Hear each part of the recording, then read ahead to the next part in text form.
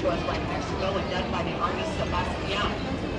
The color of that statue is important. That's San Antonio's official color since the 80s.